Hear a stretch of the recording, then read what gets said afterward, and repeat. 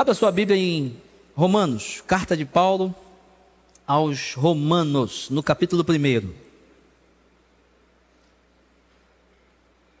No versículo de número 14. Romanos 1, 14, vamos ler até o 17. Romanos, carta de Paulo à igreja em Roma, capítulo 1, versículo 14, diz assim: Sou devedor tanto a gregos como a bárbaros, tanto a sábios como a ignorantes. Por isso estou disposto a pregar o evangelho também a vocês que estão em Roma. Não me envergonho do evangelho, porque é o poder de Deus para a salvação de todo aquele que crê. Primeiro do judeu, depois do grego. Porque no evangelho é revelada a justiça de Deus. Uma justiça que do princípio ao fim é pela fé. Como está escrito: o justo viverá pela fé. Glória a Deus por sua palavra, amém? Irmãos, o apóstolo Paulo escreve aos Romanos, mas tem um detalhe interessante. É a única carta que ele escreve para uma igreja que ele nunca esteve lá. Paulo ganhou a igreja de Roma. Roma era o centro do mundo. E ali, judeus viraram cristãos, pessoas também gregas, romanos, e ali a igreja de Cristo em Roma. Mas Paulo não plantou aquela igreja. Éfeso, Corinto, as igrejas da Galácia, ele plantou. Roma não, Roma ele ganhou. Ele começou a cuidar desse povo. E Romanos é uma carta muito interessante, porque é um tratado teológico muito rico. E é uma carta de alguém que não plantou essa igreja, não conhece esses irmãos. E Paulo sabia muito escrever, tinha um grego impecável, tinha uma inteligência admirável, e escreve uma carta muito poderosa, muito sutil também, com ensinamentos muito sutis e poderosos.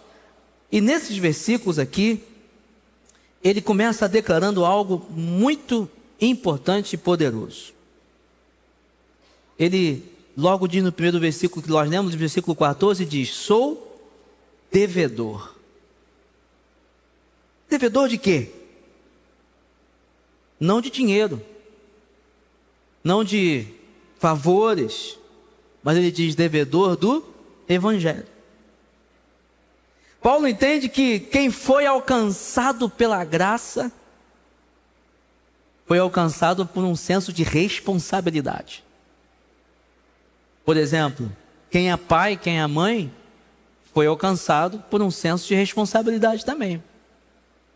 Você tem uma responsabilidade de criar bem seus filhos. Quem se casou também foi alcançado por um senso de responsabilidade, de ser fiel, de cumprir o seu papel, seja de esposo ou de esposa. Quem entra numa faculdade, alcança também um senso de responsabilidade, de ser um bom aluno, de se formar, de ser um bom profissional, de começar a ser um bom profissional. Quem entra numa empresa, a mesma coisa.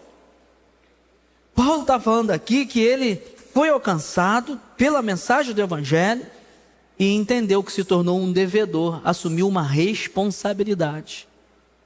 O evangelho não nos chama para sermos espectadores, mas instrumentos de Deus para alcançar pessoas. Uma frase há muitos anos atrás me alcançou, me impactou, e eu compartilho muito essa frase.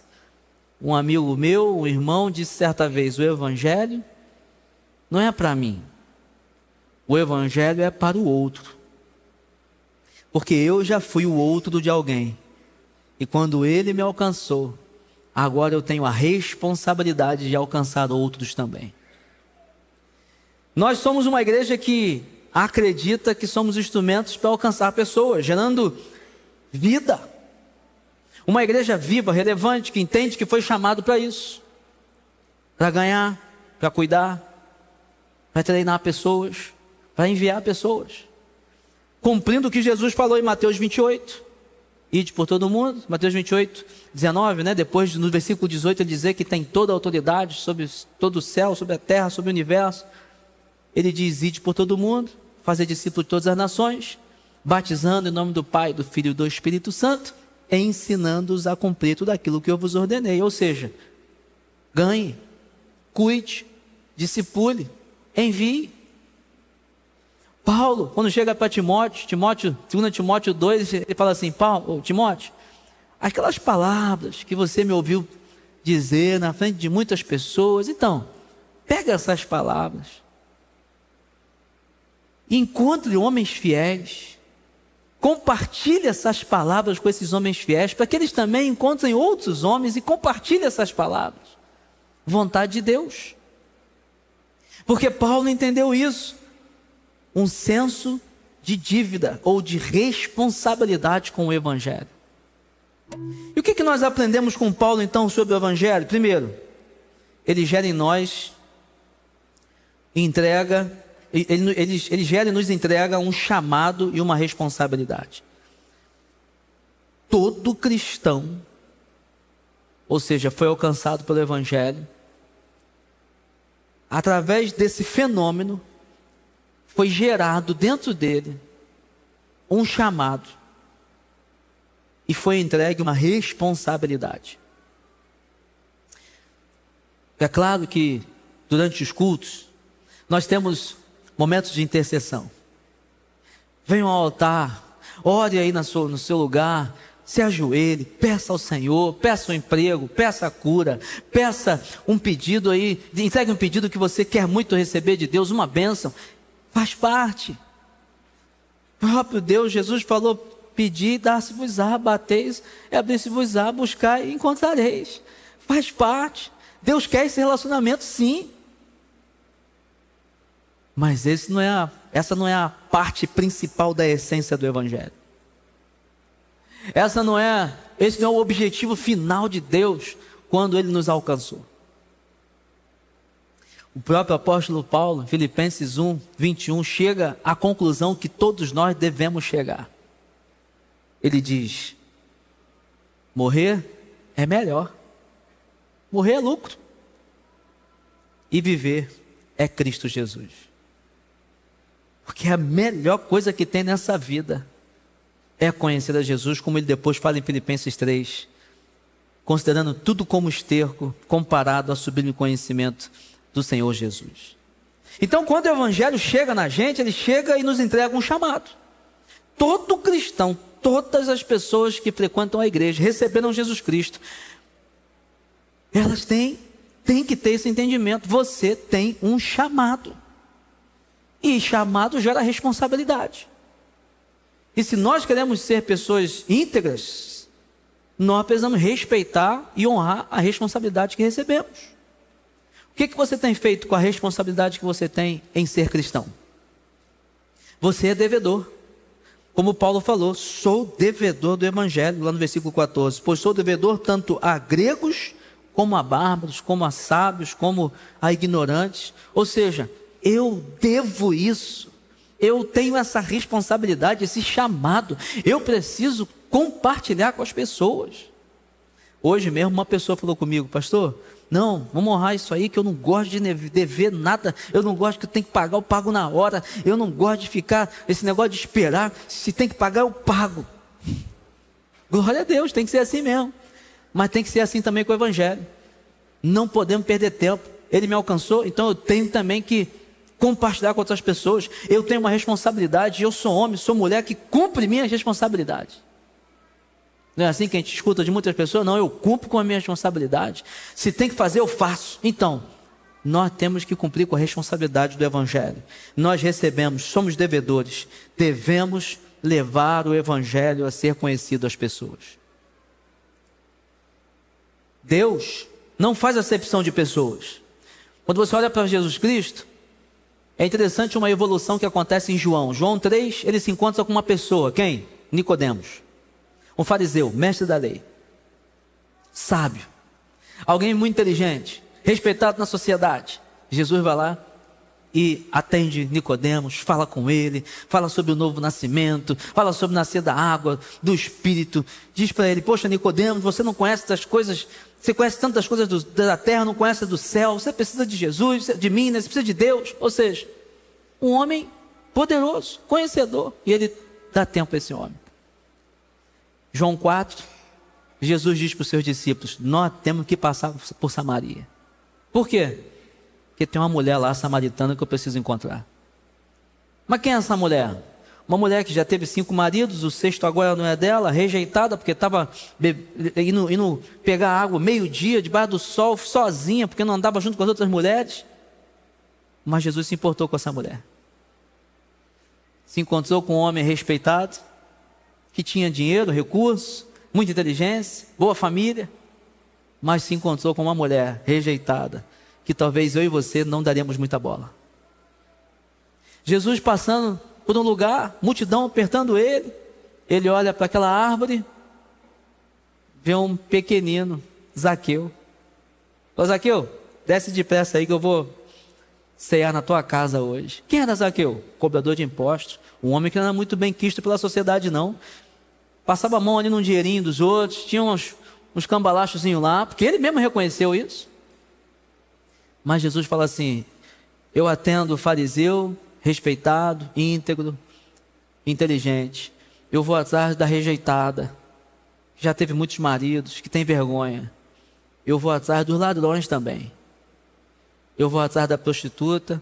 Eu vou atrás daquele que tem problemas com família, problemas com drogas. Eu vou atrás daqueles que precisam. Todos precisam de Jesus. O evangelho é para todos. E às vezes a igreja, ela não vive dessa forma. Porque nós às vezes moramos num lugar 10 anos, 15 anos, 20 anos, e nós não convidamos os nossos vizinhos para ir à igreja. O que nós estamos dizendo? O evangelho não é para eles. Não é para eles. Nós trabalhamos às vezes 30 anos no lugar, 40 anos, nos aposentamos e não compartilhamos o evangelho com as pessoas do nosso trabalho. O que nós estamos dizendo? O evangelho não é para eles. Não, mas é o meu chefe. Não, mas é o meu liderado, é antiético. Jesus não se preocupou com a ética, que o mundo pensa que é ética, mas que na verdade é um bloqueio para conhecimento do Senhor Jesus Cristo. Eu não estou dizendo para você ser mal educado, para você ser importuno, né? De forma importuna, oferecer Jesus, ser um crente chato, não. Mas aproveite as oportunidades. Aproveite as oportunidades. Hoje eu ouvi um testemunho de uma pessoa que falou: olha, fui lá, orei na casa de uma pessoa, e essa pessoa falou comigo: olha, nunca ninguém veio aqui na minha casa orar como você veio. E essa pessoa já tem uma certa idade. Muitas pessoas pensaram que o evangelho não era para ela. Mas o evangelho chegou para ela graças ao Senhor Jesus.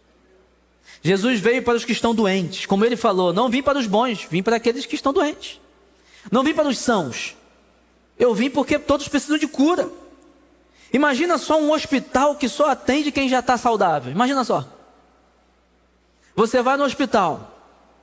O que você encontra no hospital? Além dos médicos, enfermeiros, gente doente. Você encontra alguém no hospital fazendo compras? Alguém conversando com outra pessoa? Não, a gente marcou no hospital para a gente se encontrar aqui, tomar um cafezinho. Cafeteria do hospital maravilhosa. A gente está aqui só conversando, passando um tempinho aqui no hospital. Aproveitar para fazer um examezinho aqui também, mas estou bem. Então você não encontra. Esse hospital não é para isso. O hospital é para gente doente. Você vai no hospital e encontra gente doente. E a igreja é assim também. A igreja, ela quer receber os doentes. E eu sou um deles.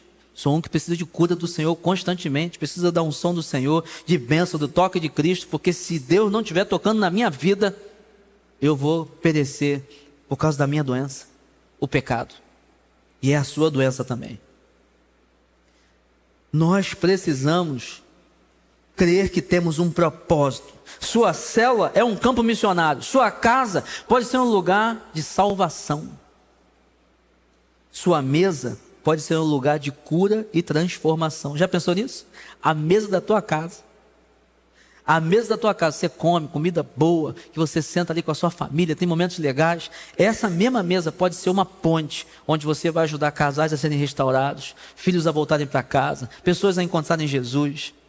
gente a sair das drogas, gente que está na depressão, encontrar alegria que muda a vida deles, na tua mesa, sentado na mesa com você, lá no teu sofá, que tu fica vendo Netflix, aí na quinta-feira, no dia da célula, é lugar de salvação.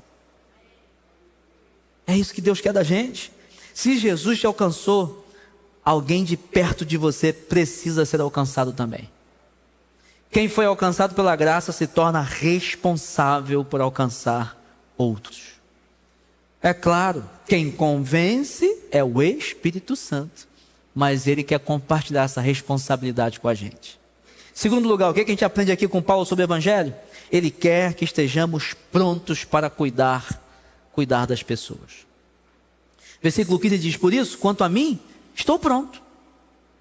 Paulo fala: eu me sinto devedor de grego, de romano, de brasileiro, de alemão, de gente que é inteligente, gente que é um pouco, nem tão pouco inteligente, culta, gente que conhece muito, gente que mora no Leblon, gente que mora na Rocinha, gente que mora no centro, gente que mora na Barra, gente que mora em todos os lugares. Eu sou devedor dessa galera porque eu tenho o Evangelho, eles não têm, então eu vou lá entregar isso para eles. E aí ele fala assim, ó: por isso, quanto a mim, eu estou pronto. Pode contar comigo. Disponibilidade. Eis-me aqui. Paulo diz assim, ó: quando eu tiver o Evangelho, enquanto eu tiver força, enquanto eu tiver o Evangelho comigo, essa verdade, eu vou compartilhar, eu estou pronto. Ele não fala assim: bom, se der, no meu tempo vago, quando eu tiver sem cansaço, quando der na minha telha. Não, ele diz assim: eu estou pronto. Estou com convicção de que vou viver, vou produzir, vou fazer tudo o que temos que fazer na vida normal. Mas conta comigo, Senhor, porque eu vou ser ferramenta nas tuas mãos para pregar, para cuidar, para ensinar, para capacitar pessoas. O Evangelho é um chamado a cuidar. Por isso é que eu citei aqui Mateus 28, que existe uma progressão. Você sabe que você que é cristão de muito tempo, vai entender o que eu vou falar aqui agora. Eu sou cristão desde criancinha e eu vi isso acontecer. E infelizmente isso ainda acontece. Pessoas entram na igreja. Nós ganhamos para Jesus. A conversão acontece mesmo, é de verdade. Aceitaram Jesus como o único, suficiente salvador da vida delas. Nós celebramos batismo, ótimo, batizado, cumprido a ordenança do Senhor. E aí depois nós largamos as pessoas. Depois nós deixamos elas caminharem sozinhas. Depois nós falamos assim, ó: beleza, está aqui a Bíblia, tá? Leia aí, agora é contigo. A gente faz isso com bebê? Bebezinho? A gente tem que trocar fralda toda hora, dar mamar, regular a hora da comida, ver se está dormindo. É vitaminazinha que às vezes tem que tomar, e tem que dar banho de sol, aí vai crescendo, e você se preocupa com roupinha, e um dentinho que nasce, dá uma febrezinha, e remédio, e leva no médico, e você vai cuidando, até teu filho. Às vezes tem uns filhos aí de 30 anos, que a mãe ainda tem que estar, poxa, cuidado, tomou o remédio. Não é isso? Você não vai largar teu filho, pô. Nenhuma mãe vai largar o filho, nenhum pai vai largar o filho.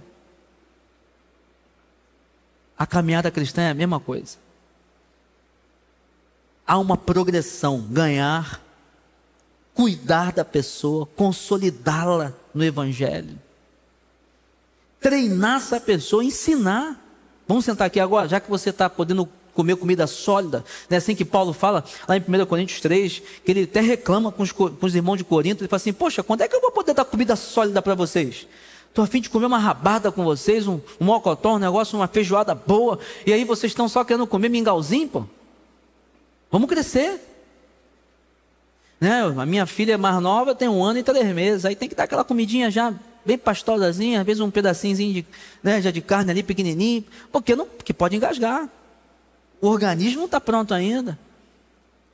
Às vezes nós estamos tratando as pessoas na igreja assim, deixando nenenzinha, só recebendo leitinho, porque nós não nos dedicamos a ensinar as pessoas. Nós não estamos nos dedicando a cuidar, a gerar e continuar ajudando o crescimento a acontecer. Nós fomos chamados para ganhar pessoas para Jesus, mas para também ensinar a cumprir todas as coisas que Ele já nos ordenou. Eu quero te fazer uma pergunta para você refletir. Quantas pessoas não estão mais na igreja porque nós não cuidamos delas? Quantas pessoas não estão mais na igreja? Não adianta você falar que foi imaturidade, mas é imaturidade mesmo, ela não é bebê, nova na fé. É imaturidade mesmo. Não sabiam. Ah, mas ela voltou para o pecado.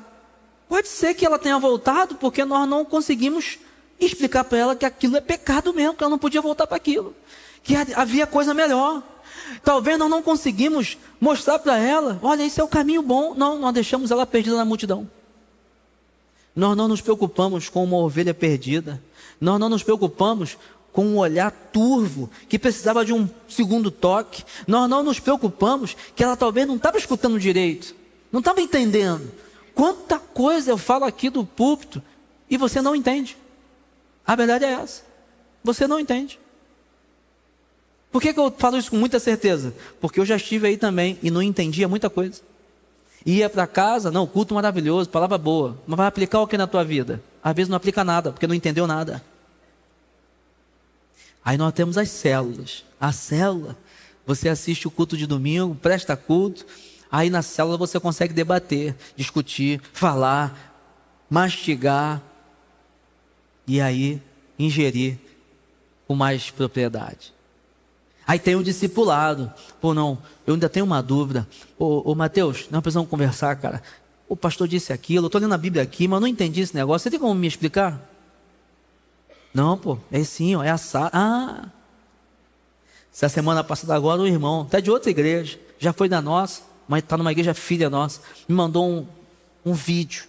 Mandou um vídeo de uma pessoa falando sobre um tema da crucificação. Ou uma analogia com a ceia e crucificação. Ah, que o cara, eu falei, rapaz, nada disso.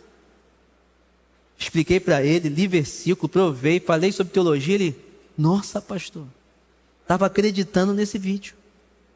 Ainda bem que eu te perguntei, senão eu ia aprender coisa errada. Pois é. Nós estamos aqui para ensinar, para apontar. Primeira pergunta, você quer aprender? Se quer aprender, quer passar adiante? Quer dedicar um tempo da sua semana para ensinar alguma coisa para alguém, pelo menos? Célula, por exemplo, não é reunião só de relacionamento. Tem relacionamento, mas tem que ter progressão e amadurecimento, crescimento. Nós precisamos entender que há muita gente ferida, muita gente que precisa de cura, de acompanhamento, precisa de suporte espiritual. Prontidão é dizer, Deus, conta comigo, eu quero ser ferramenta na tua mão. Eu quero participar desse processo. Há muita gente que sabe de muita coisa, mas está retendo. Mas Deus vai te perguntar, por que tu não multiplicou o meu talento? Por que você guardou tanto conhecimento só para si? Por que você não se dedicou a ensinar as pessoas sobre as minhas verdades? Deus não usa os perfeitos, usa os disponíveis. Usa quem quer ser usado. E nós acreditamos que há uma necessidade de uma igreja que diz, eis-nos aqui, envia-nos a nós. Amém? E em terceiro lugar, o que aprendemos com Paulo sobre o Evangelho? Não me envergonho do Evangelho. Uma igreja que não se envergonha. Uma igreja que não tem vergonha de dizer, eu creio nisso, nisso, nisso, eu ando por isso, isso e isso, a fé me conduz assim, assim, assado, não tenho vergonha, sou de Jesus. E pessoas também que não envergonham o Evangelho. Pessoas que não têm vidas que era melhor até que nem fosse crente, porque desse jeito está afastando mais pessoas da igreja do que aproximando. No versículo 16 ele diz: pois não me envergonhe do evangelho. Depois ele complementa: porque é poder de Deus para a salvação. Irmãos, já pensou? Você, por exemplo, vamos falar uma profissão aí, né, muito famosa. Você é médico.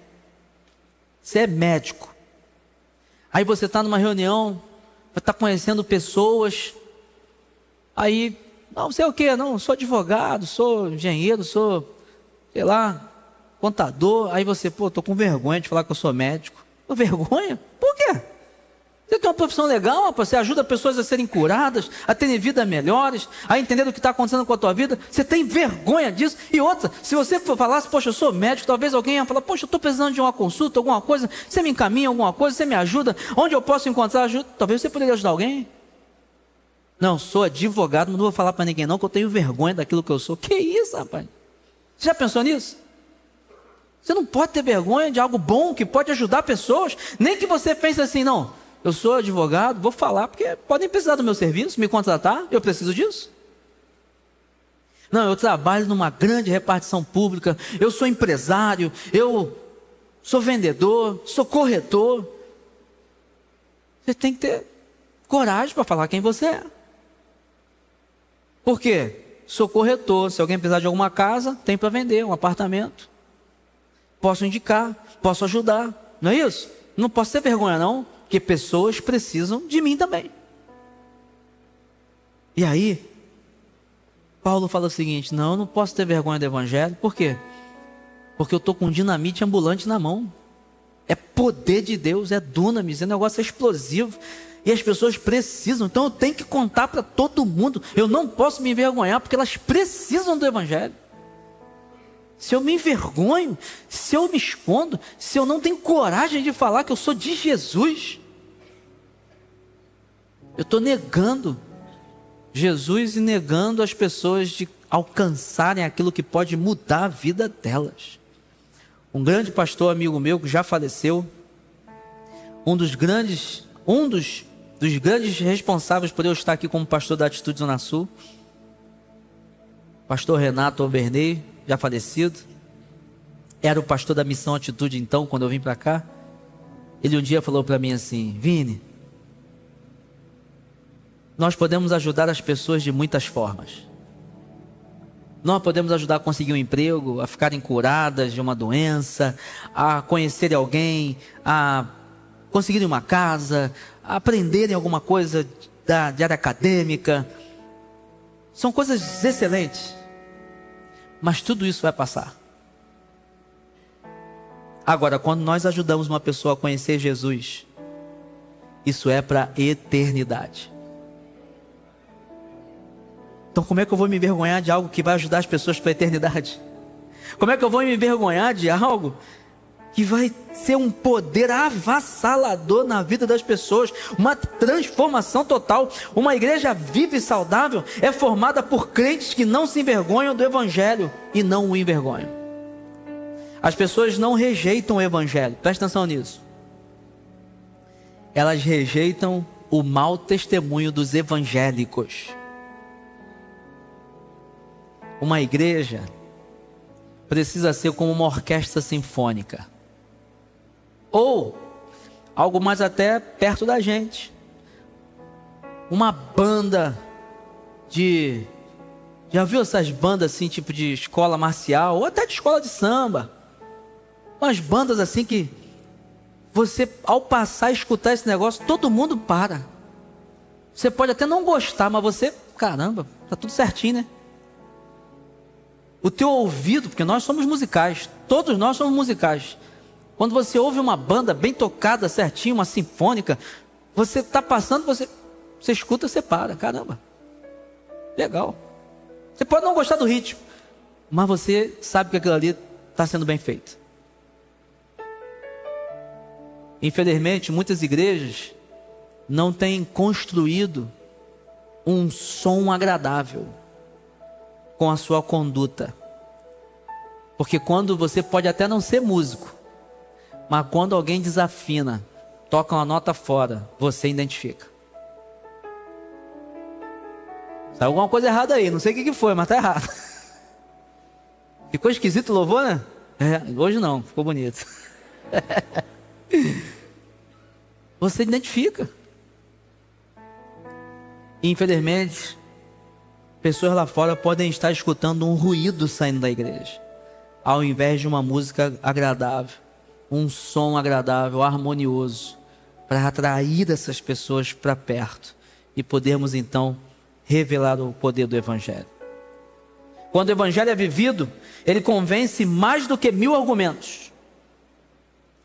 Treinar pessoas é formar caráter, fé e convicção, crentes firmes, líderes saudáveis, discípulos que sabem naquilo que creem e não se desviam daquela crença porque andam com firmeza. O Evangelho não precisa de defesa, precisa de testemunhas,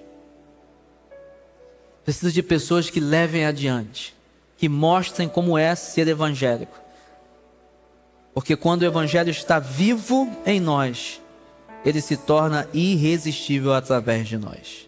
E por último, o Evangelho revela a justiça de Deus.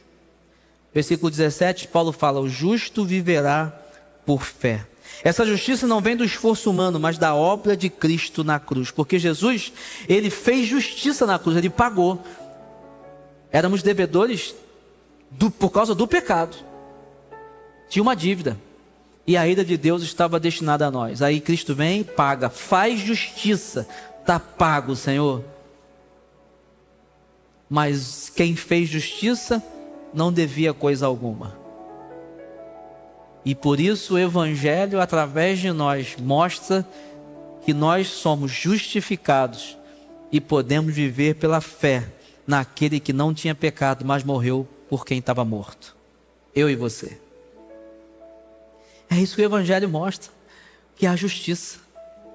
O Evangelho mostra que a justiça foi feita, que a salvação, ela está sendo oferecida. Uma igreja madura não apenas recebe, ela quer enviar pessoas, gente. Nós já começamos esse ano. Nós somos uma igreja aqui, Atitude, que nós somos um regional. Eu sou o pastor aqui da Atitude, mas responsável pelo regional, por hoje 8 igrejas. Nós já começamos o nosso regional com um projeto de plantação de 3 igrejas. E vão acontecer já em nome de Jesus. Centro da cidade é uma. Nós estamos enviando uma pessoa do nosso regional para Resende, para plantar uma igreja lá. Nós estamos com um projeto de plantação de uma igreja para de Del Castilho. Já está acontecendo. E nós estamos hoje é que dia? Dia 7, né? O 7º dia do ano. Nós já estamos enviando pessoas. E só é o começo. Porque nós temos que ser uma igreja que acredita que o Evangelho revela a justiça de Deus. A justiça para aqueles que vivem na injustiça, vivem na desesperança, na tristeza, mas podem conhecer a alegria e a paz que excede todo entendimento que vem de Jesus Cristo. Você e eu somos missionários, porque nós ainda não chegamos em casa. Você aqui nessa terra pode estar com uma vida muito boa agora, glória a Deus por isso. Mas talvez você está vivendo uma vida muito complicada, muito difícil. Problemas seríssimos, que talvez não vão acabar. Vão continuar com você até o final da tua vida. Talvez uma doença, é um problema com o filho, com a família, é uma cruz que você está carregando aí, é uma questão que você vai ter que passar, é o teu espinho na carne. Vai ficar até o final da tua vida. Mas você precisa ter essa certeza. Eu ainda não cheguei em casa. Minha casa não é aqui.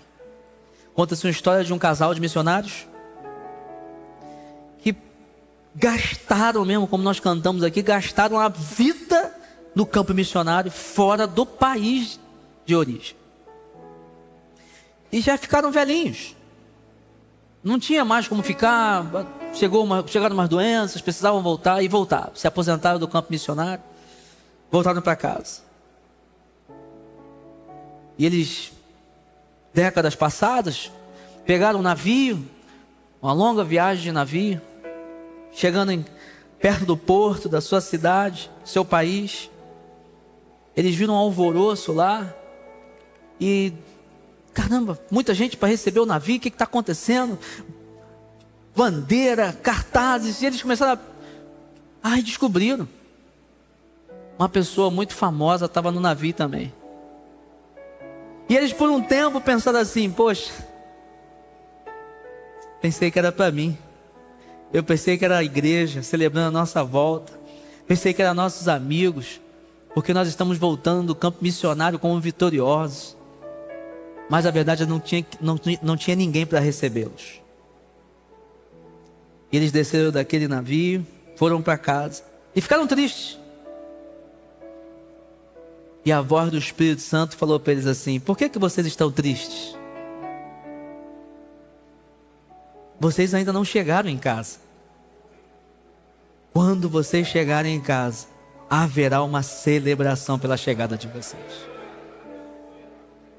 Haverá muita festa porque vocês, os valentes, chegaram na casa de vocês. Nós não temos a aposentadoria de Deus aqui nessa terra. O nosso trabalho nunca vai terminar enquanto a vida terrena existir. Última história que eu tenho para contar. Meu avô falecido, fomos lá identificar o corpo dele. Meu avô era um evangelista. Um homem simples, humilde, não sabia dirigir, emprego simples, tinha uma vida muito humilde mesmo. Um homem que gostava de andar, panfletar na rua, evangelizar, visitava hospitais, cemitérios, dia de finados, evangelista.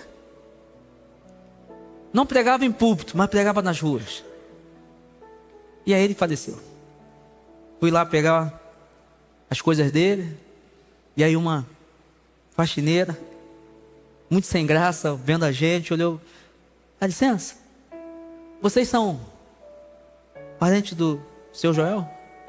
Sim, somos sim. Não, estou com a Bíblia dele aqui, queria devolver para vocês.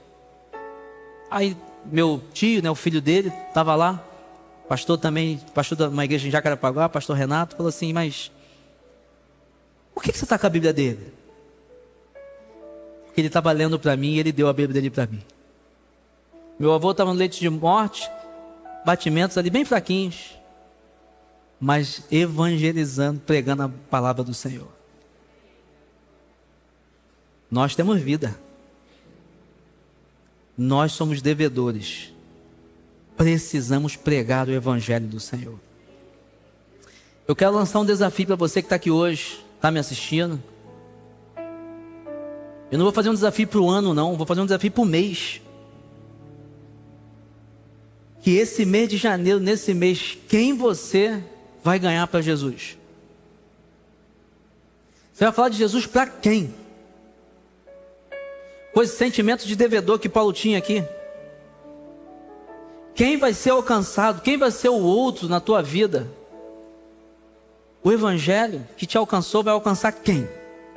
Eu quero desafiar você a, nesse mês de janeiro, assumir essa responsabilidade de pregar o Evangelho para pessoas que estão ao seu redor. Sabe o famoso cara de pau? Chegar para alguém assim na lata mesmo: rapaz, eu queria te falar um negócio. Eu conheço Jesus Cristo, mudou minha vida. E eu quero te compartilhar o que eu estou vivendo com Jesus, cara. É bênção demais. E eu queria que você me desse a oportunidade para eu te falar que Jesus te ama. Morreu por você. Basta você querer para caminhar com Ele, que a tua vida pode mudar também. E aí, irmão, deixa o Espírito Santo falar. Deixa o Espírito Santo usar a tua vida. Use teus dons. Use tua ousadia, porque a palavra de Deus diz em Efésios que Deus não nos deu um espírito de covardia. Assuma esse compromisso, porque eu e você, como Paulo, somos devedores do Evangelho de Cristo Jesus, que é poder de Deus para a salvação daquele que crê. Você assume esse compromisso, sim ou não? Amém? Vamos pregar o Evangelho? Vamos ser uma igreja que ganha, que cuida, que treina, que envia pessoas? Vamos viver o Evangelho de Cristo através de nós, em nome de Jesus.